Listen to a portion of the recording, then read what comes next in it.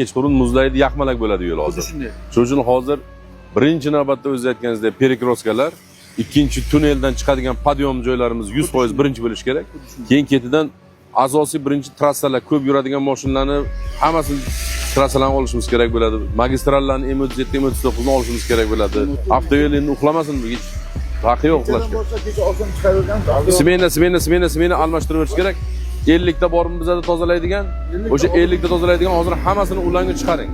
Asosiy bir qismini magistralga bering, bir qismini shaharning ichiga bering. Qanaqadir muammo bo'layotgan bo'lsa, tuzda muammomi, zaxirada muammomi, texnikada muammomi, hammasi aytinglar hozir bo'lsa. Zaxira yaratilgan. Biz yurdik. Hozir kim biladi, men boshqa ko'chaga borsam, hozir boshqa ko'cha ham shunaqa bo'lishi mumkin.